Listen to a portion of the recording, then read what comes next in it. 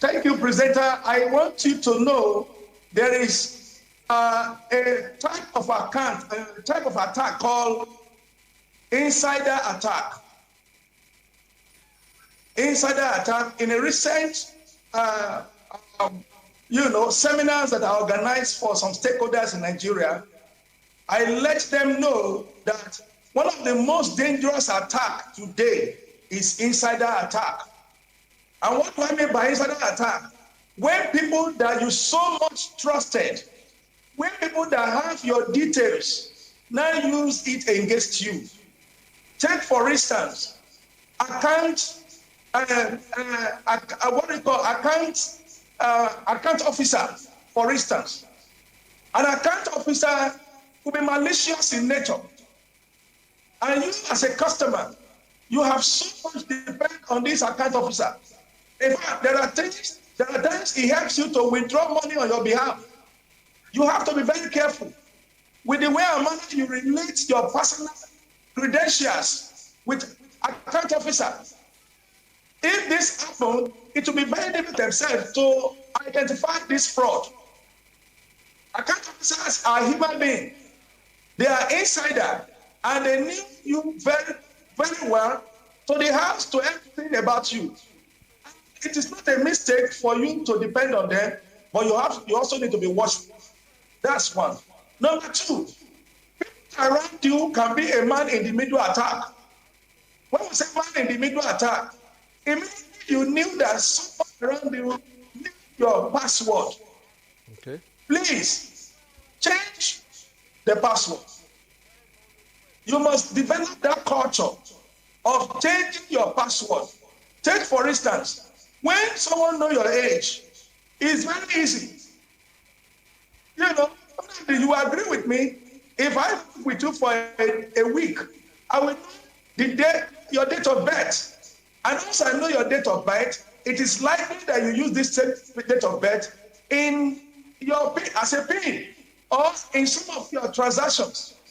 And the highest you could do is to use permutations by changing, the number in a particular order. So it is advisable you don't use this at all. And when you knew very well that someone is already aware of your password, change the password. Another thing you must note in a time like this is your app that is on your system. Disable savings. What do I mean by disable savings? What I mean is that when you log into some app, it will prompt you to save. Don't save. Because if you save, whenever hackers or fraudsters lay hold on your phone or the gadgets, there will be no need for them again to log in because you have already saved the login settings. It's automatically registered on your phone. So you need to disable this. You need to disable it. And I want to say this, which I want the entire Nigerians to please pay attention. Wherever you know you save your children life savings, please disable USSD. Okay. Remove the mobile app from such accounts, as well as deactivate the ATM. Because if you have these three options on your account is vulnerable. Your account is vulnerable. Because anytime you misplace those gadgets, it does not take us 5 minutes to have access to your account. This is how they do it. So the fact that, for instance, I'm using a mobile device I use a mobile device for my transactions mostly. And I use biometrics features to log into my account. You've talked about insider factor, coming to play. But wouldn't it require me gaining access for directly gaining access to enable a transaction for someone else to be able to effect that transaction. And I'll give you an example. For most payments that I want to make, most times, my bank will send me a one-time OTP, an OTP to effect, to conclude that transaction. It comes to my account. I need to use some sort of password, whether it's my thumbprint or whether it's a physical, token. Like my token is not here, I would have showed you, like a physical token or an internet token. All of these features, how do they play out? I mean, don't they help secure transactions online? Yes. Or do I just take it that they are just a waste of time? That no matter that. Yes. Please go on. Let me ask you a question. Yes, sir. When you, for example, God forbid, you misplace that phone. When you misplace that phone, for instance, yes, and you need to set up another mobile app on your phone, then the bank will request for OTP, isn't it? That's true. When they request for OTP, the adults will top up their game.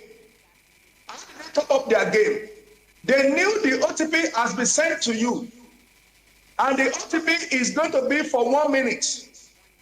Before they carry out that, they will carry out what we call social engineering on you. They will carry out social engineering. Yes, many Nigerians may not fall a victim, but I can tell you, 30-40% fall a victim of this every day. So what they do is that when they are about to initiate, at the point of downloading that new app on a new phone, all right, it is assumed that the former app or the former phone you use has been stolen. It's assumed. They will also assume that. So what they will do now, they want to set up another app on the same app on their own phone. So they knew that the bank will send OTP to the main number. That's correct. So what they will do, in the process of downloading it, they will enter your number so that OTP will be sent to you. But before the number is entered, they will have engaged you. And that's what we call social engineering. They put a call to you. They will say, hello, how are you? We realize that your mobile app is having some technical issues. And we are at the back end rectifying the mobile app so that it can be more efficient. You will say yes. Please, an OTP will be forwarded to you now. Can we forward it back to us so that, or you call the OTP so that we can help you to rectify the problem at the back end. Many Nigerians will fall a victim of this. They will call the number, and as soon as they call the number, they will enter the number. By so doing, the mobile app on your own phone will be disabled totally. Their own will be enabled, and that is how they start operation. So Doc, your fingerprint, your iLink, or whatever you use, is immaterial. Because if it can be set up on your phone, I can as well set it on another phone once I have the valid credentials. We're listening you there for a minute, Doc. I think we're having some issues with your audio. If you just adjust the microphone on your earpiece so we can hear you loud and clear.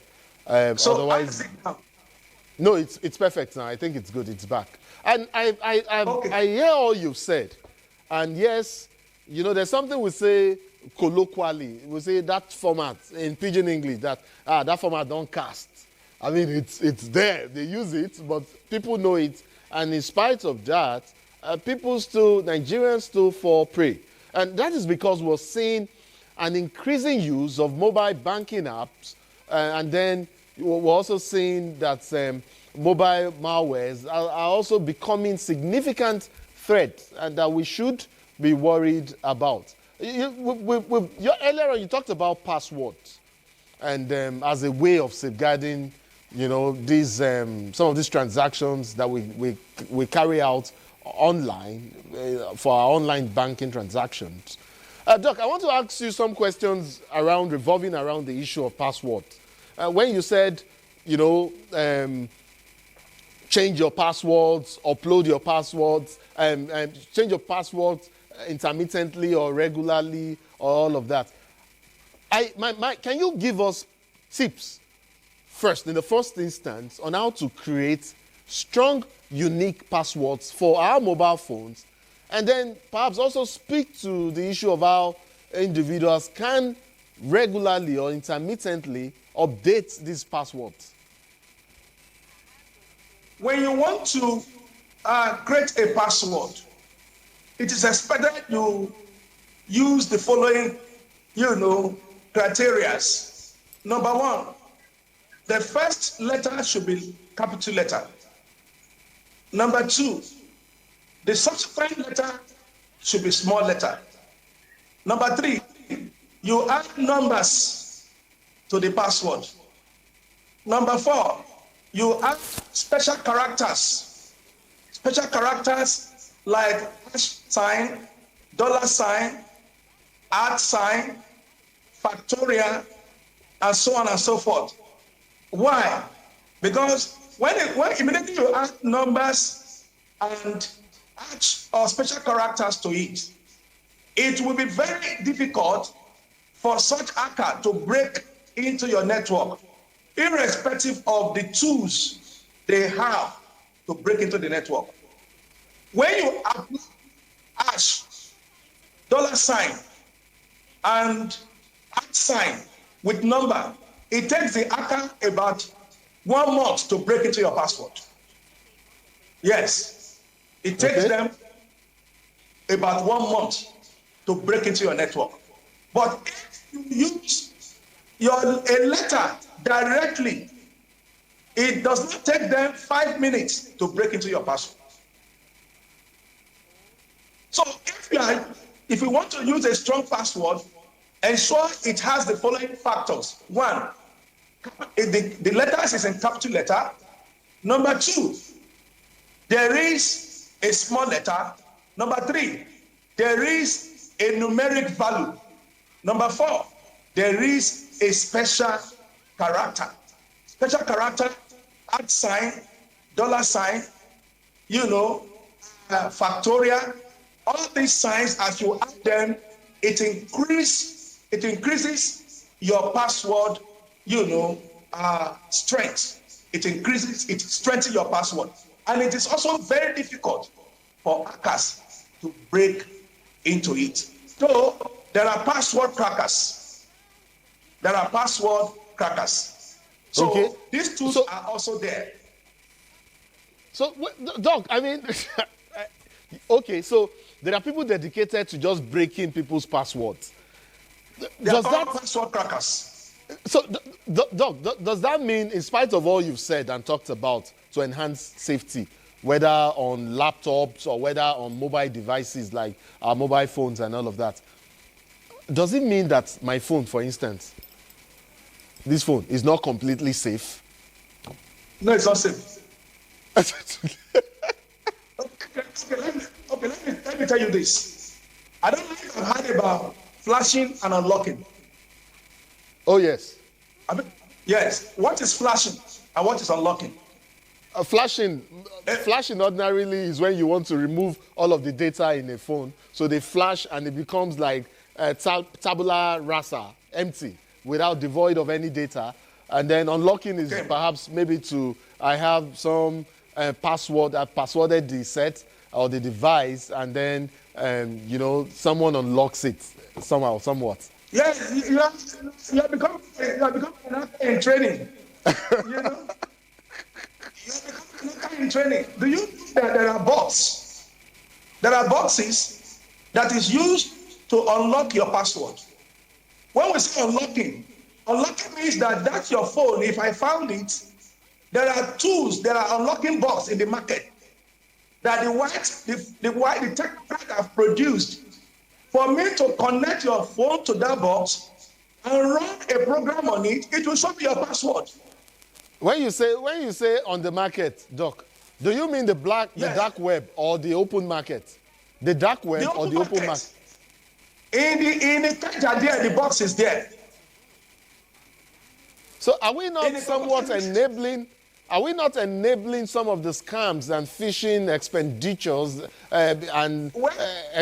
It is yes. It is the produced it to avoid you losing your data and your phone. Okay.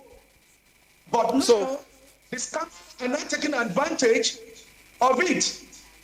Are you with me now? Take for example now, if you forgot your password and you cannot remember the password again. Doc, Doc, I need you. Sorry again for butting in here. I need you to be very, very clear on this, and perhaps maybe you need to adjust your microphone one more time so Nigerians can hear you say this.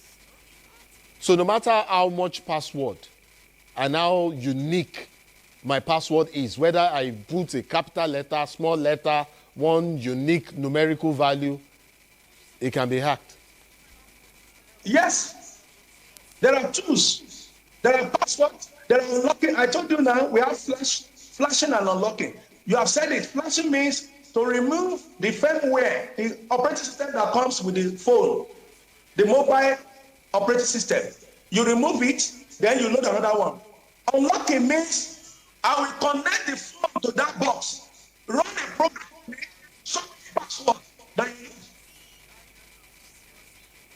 So, Doc, sorry, I'm losing you. I'm losing you there. I need you to adjust your mic. I'm losing you again, and it's quite unfortunate that your audio is breaking, and it has happened a couple of times.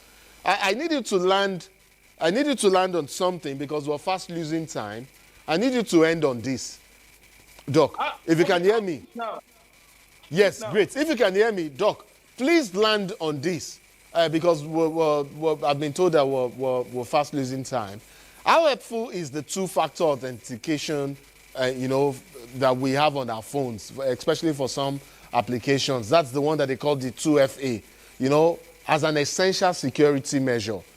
Can you explain, number one, how the 2FA works and why it is crucial for protecting sensitive information such as bank accounts, login, and credentials, perhaps? Sometimes we're told that it comes with an end-to-end encryption. So if you're saying all you're saying, are you saying that in spite of this end-to-end encryption, it can still be de-encrypted? Yes, there is nothing that cannot be decrypted.